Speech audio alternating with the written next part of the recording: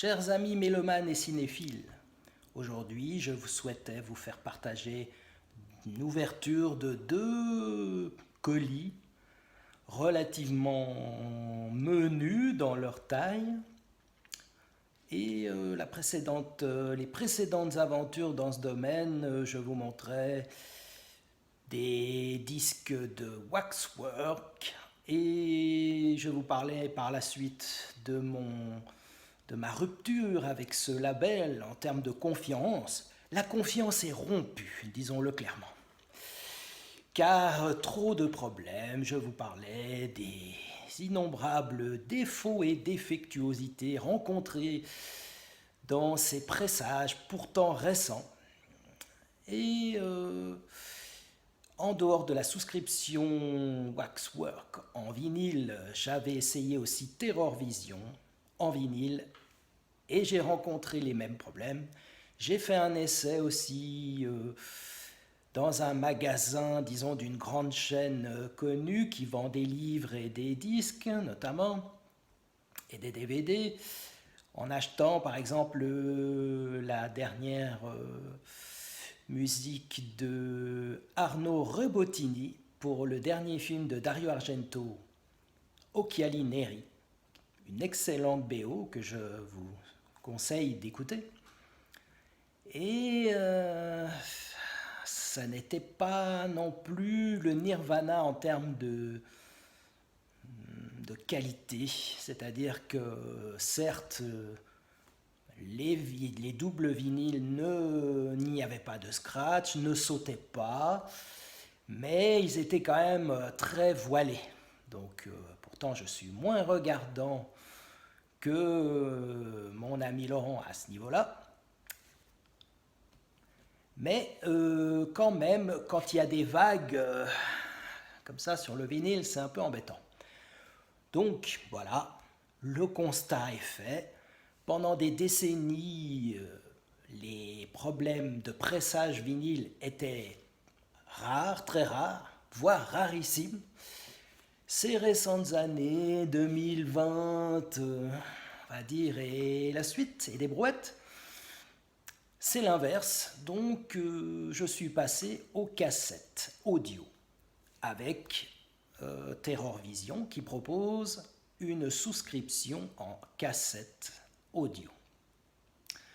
Précédemment, je vous montrais les 3-4 premières cassettes.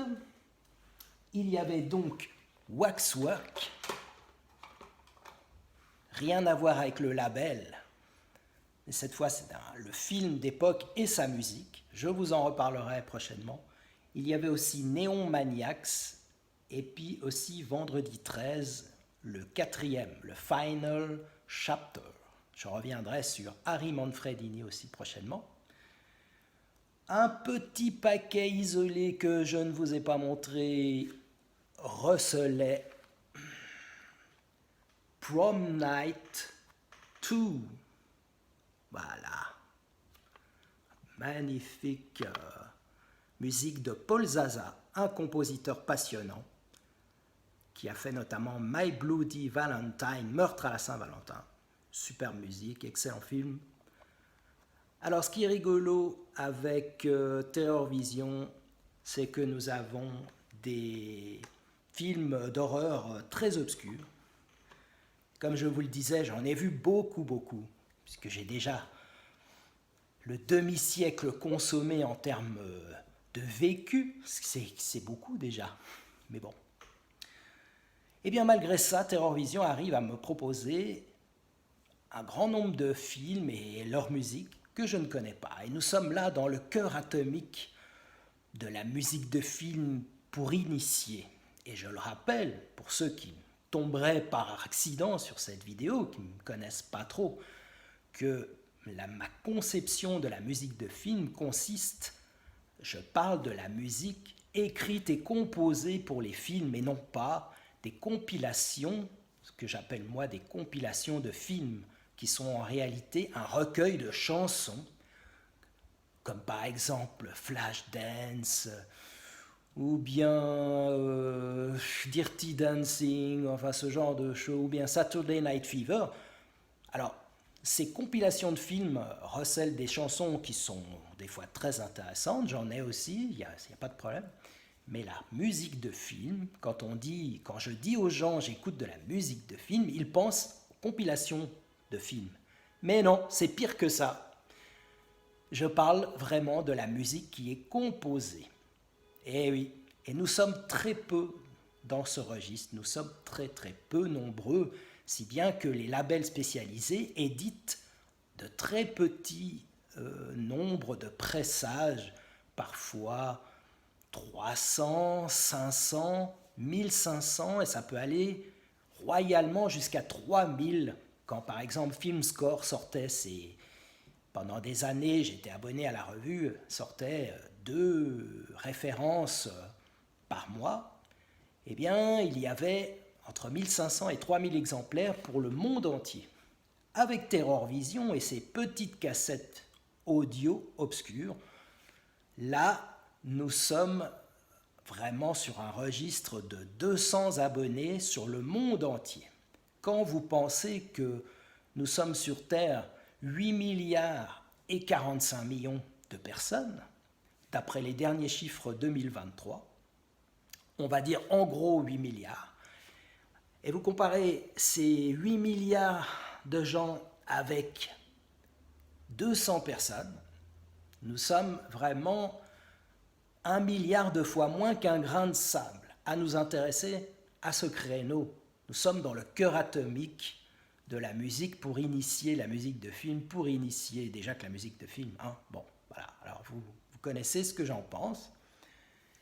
Et il est un fait que, avec ces cassettes audio, pour l'instant, je n'ai rencontré aucun problème. Ça marche très bien, il n'y a pas de défaut pour l'instant, parce qu'on ne sait jamais.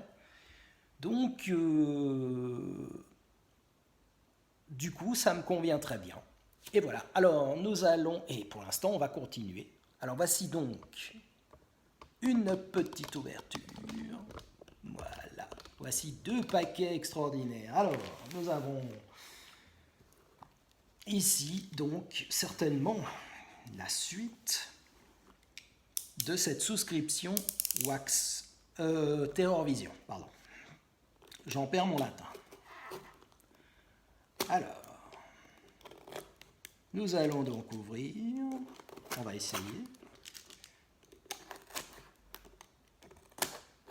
Je ne suis pas bricoleur. Pour ceux qui ont regardé les précédentes vidéos, vous l'avez remarqué. Mon père ne m'a pas transmis son savoir à ce niveau-là. Et il a tort. Il a eu tort. Voilà. C'est un fait. Voilà. Qu'est-ce que nous allons avoir dans ce premier colis? Oh, voilà. Un contenu, tout ce qu'il y a de plus stupéfiant, bien évidemment. Du papier à bulles. Enfin, je crois que ça s'appelle comme ça. On dirait qu'il y a des cassettes audio. Ça tombe bien. C'est ce qu'on attendait. Alors, cette fois, l'avantage, c'est qu'il y a moins de chenilles que dans les paquets avec les vinyles. Voilà. Et nous avons Copperhead, un film que je ne connais pas. La majorité des films Terror Vision, je ne les connais pas. Ce qui ajoute à l'intérêt de la chose. Voilà. Alors, la version club, les souscripteurs, comme votre humble serviteur, ont accès aux versions club qui sont un peu différentes de la version publique. Et nous avons The Giver. Voilà. Pareil, je ne connais pas ce film. Voilà, ce sera une découverte avec un très beau bleu turquoise. Voilà. On dirait un film japonais, genre Bioman, ou la série Bioman, ou ce genre de japonaiseries qui sont très rigolotes. Charivan, j'adore Charivan, c'est excellent. Nous avons Horror Walkout. Alors ça sent le film bien obscur avec des jeunes dames pas très habillées et de l'horreur.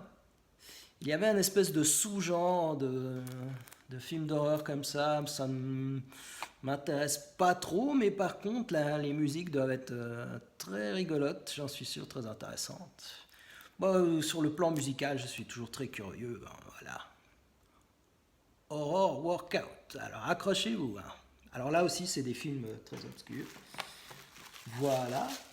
Ensuite, nous avons un deuxième paquet. Il est beau. Alors, on va essayer. On va essayer de voir de quoi il s'agit. On va faire une opération chirurgicale. Voilà. On va essayer de voir. On va essayer de voir si on peut découvrir le poteau rose. Peut-être une ouverture comme ça. Voilà. Hop. Voilà. Oh, nous avons des renforts, on dirait. Alors, curiosité, n'est-ce pas? Hop. Ouais. Du scotch, de la protection. C'est vraiment très mystérieux. Je vous l'accorde. Alors, on va essayer de faire attention. Voilà.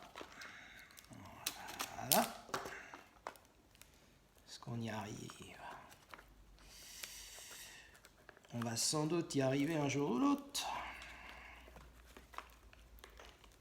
Hop. Surprise du chef.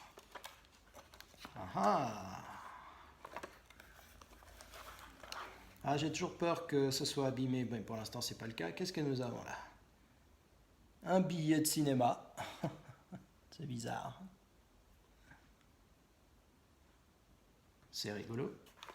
Nous avons The Return of Swamp Thing. Avec une cassette toute verte. Un boîtier tout vert, en tout cas. On voit même pas la cassette dedans. Voilà. The Return of the Swamp Thing. Alors, il y avait un Swamp Thing par Harry Manfredini, le compositeur des Vendredis 13.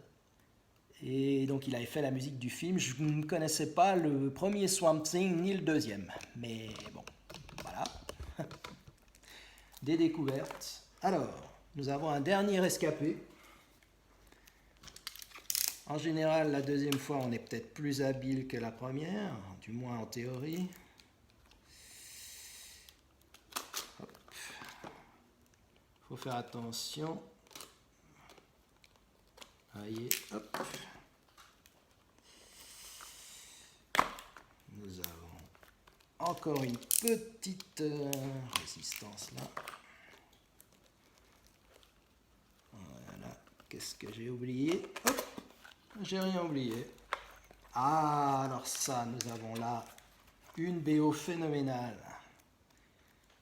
Shopping Mall, la version club. Une BO qui avait été éditée par Waxwork Records également.